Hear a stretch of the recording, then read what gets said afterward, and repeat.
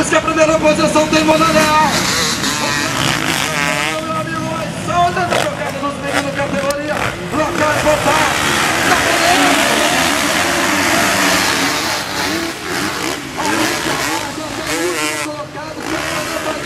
Pra vocês hoje, o Indomar tá ficando por último, só pra não tocar a pista pra vocês.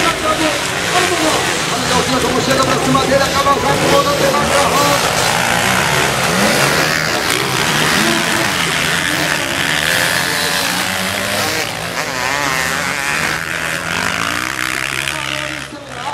Já prepararam a máquina aí, olha como vem,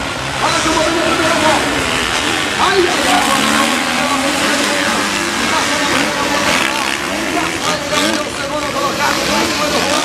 O terceiro traz aí o Xavier.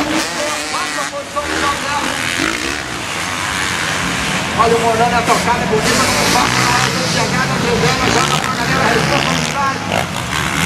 Olha que o Leozinho na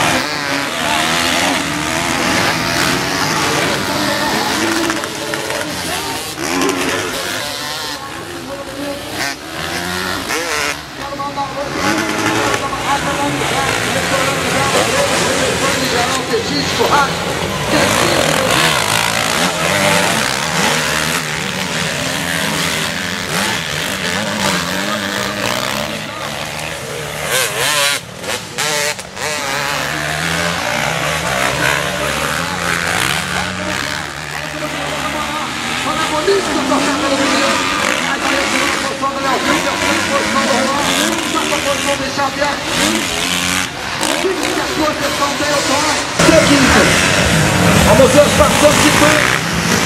Última volta.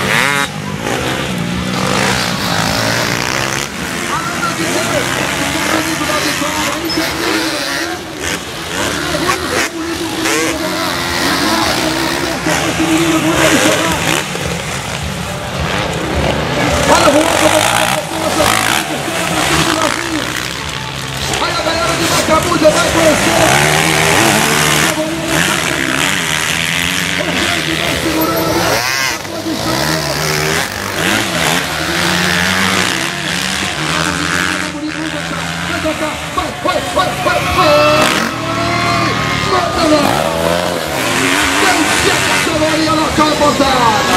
Aí, Galzinho, na tocada bonita aí, Juan.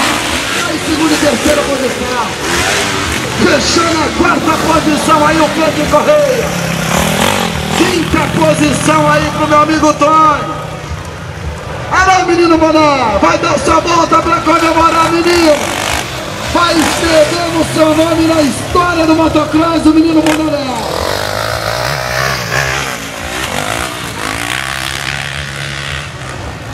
Já vamos encostando aí a categoria nacional local.